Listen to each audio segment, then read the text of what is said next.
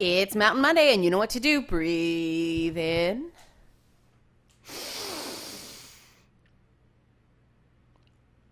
and out.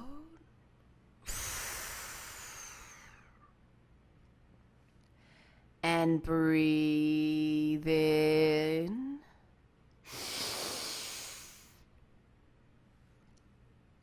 and out.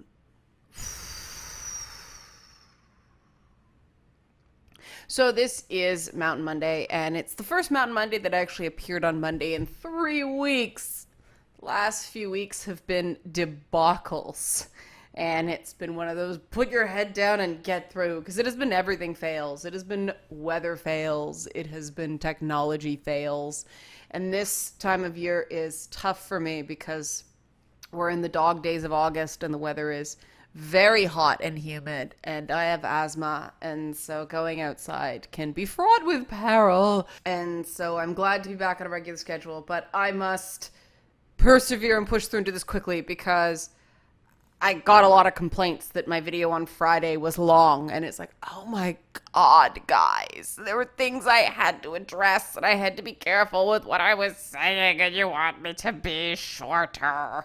Not everything's going to be short, but this one's going to be short because I was trying to find something that Mount Monday is about finding things that are helpful, not just identifying a problem, but actually creating solutions for a problem, stuff that people can use or make useful today. And it tends to work pretty well. I notice people picking up concepts and referring to them in other videos, and that makes me really happy.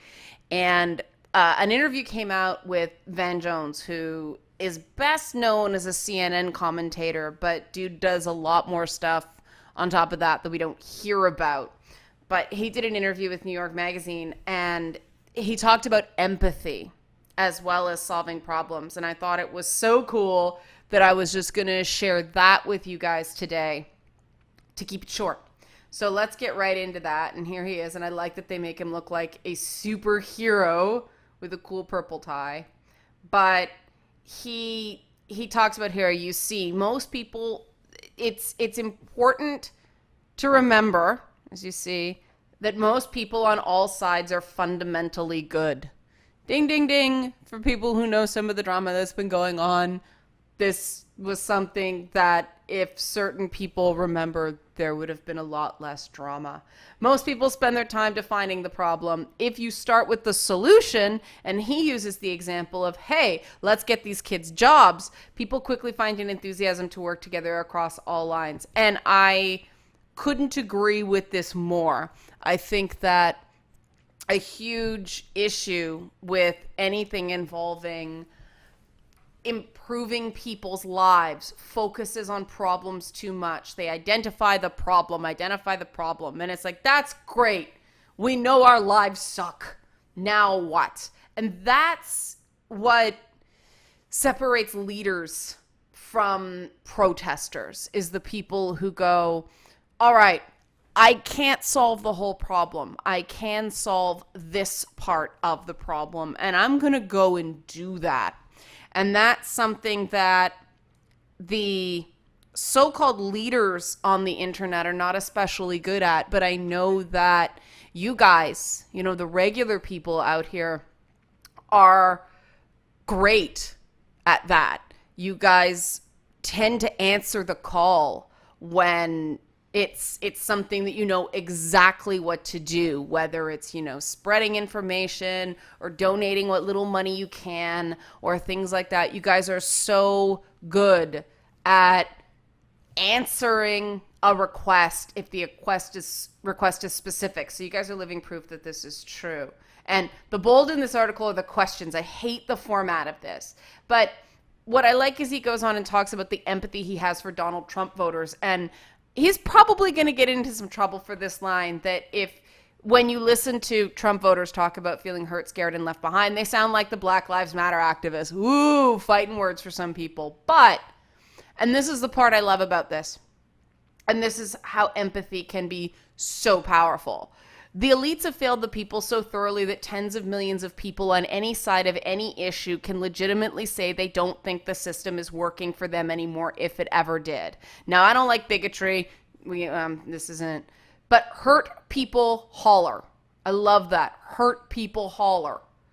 And he talks about not wanting to fall into this cheap reverse Trumpism where liberals are just as rude to the people they oppose as those people are towards them. He talks about having an intolerance for intolerance. And he talks about down here about not dismissing legitimate anxieties. Says the rise of Trump is a judgment on the progressive movement that has adopted a style that doesn't leave much room for a 55-year-old heterosexual white Republican living in a red state to feel like he has any place of honor or dignity in the world progressives are trying to create. We see the disrespect coming from them, but there's a subtle disrespect coming from us, the NPR crowd, that is intolerant of intolerance. No one wants to feel as though they don't count. And that was when I was like, yes, that is exactly the thing. And that is the thing I have tried to do that has got me in a lot of trouble. But it's not just that I won't stop doing it. I can't stop doing it. I think empathy for people is far too important to just stop doing. And that doesn't mean you have to make yourself available to every person out there. It means that you get farther with love and hate are such cliches, but I can't think of any other word right now. It doesn't hurt you to give people a chance. And that doesn't mean you make yourself open to be exposed to, exploitation. But what it does mean is that before you judge someone, you should at the very least actually get their words from them and have a little back and forth and challenge their viewpoints. Because the beautiful thing about having an effective dialogue is you can, at the end of it, you understand the person well enough that even if you don't agree with the way they're choosing to express themselves, you can relate to the feelings they're trying to express. And in that way, you can, even if it's just evolving your own message to be one that's more inclusive, because there's no point in taking one imbalance and then just swapping it for another imbalance. We have to actually make that playing field level. And that's a constant work in progress, because if we don't monitor it, then it teeter-totters.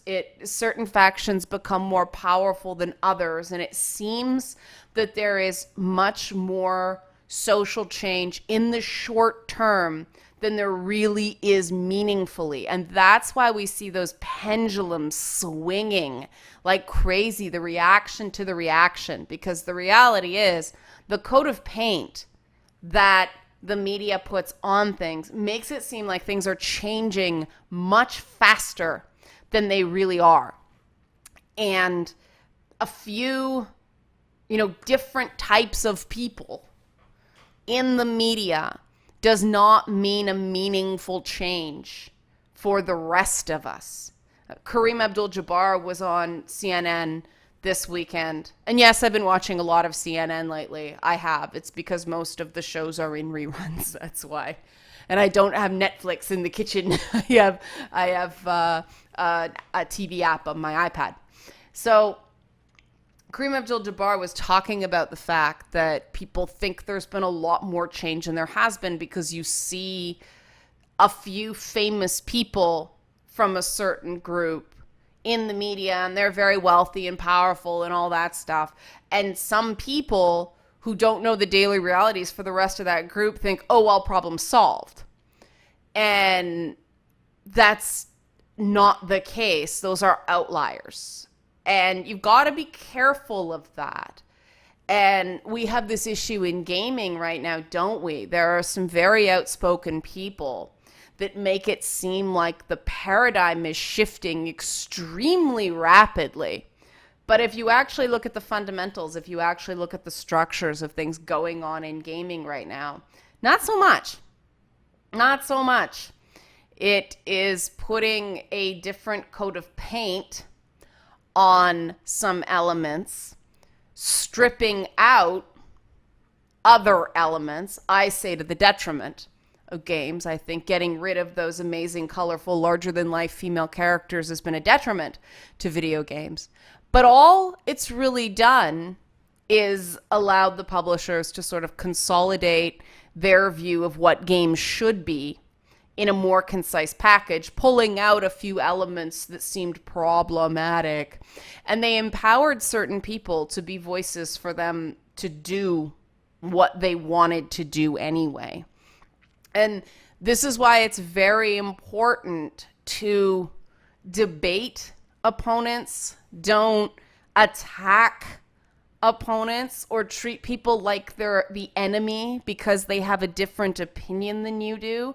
I am a huge believer in judging people based on their behaviors, not their opinions. If their behaviors are a problem, if it means that their behaviors are disruptive, and when I say a problem, that's what I mean, that it's disruptive behaviors, well, that is something that's not appropriate and that's got to go. But somebody just having a different opinion is not dangerous.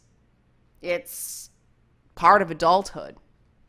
And so I thought that was really cool, and I hope you found it as cool as I do. See somebody else who thinks differently, and you see down here, proof Van Jones is a nerd.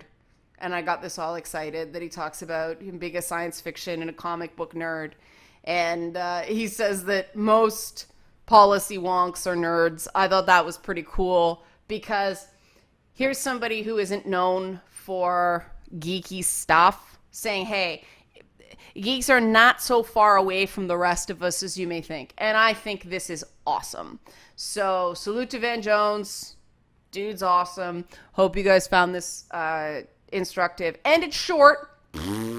Take you people who got on me for taking a long time to address a lot of things. We're going to close out. And the rest of this week until Feedback Friday, the next 3 days is going to be X16 content. So that should be exciting. It's developer interviews. We've got Halo Wars 2. We've got Dead Rising 4. I think we have We Happy Few.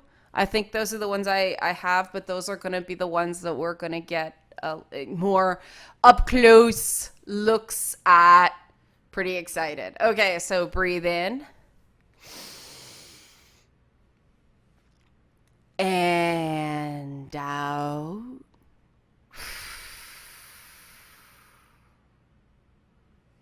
And breathe in.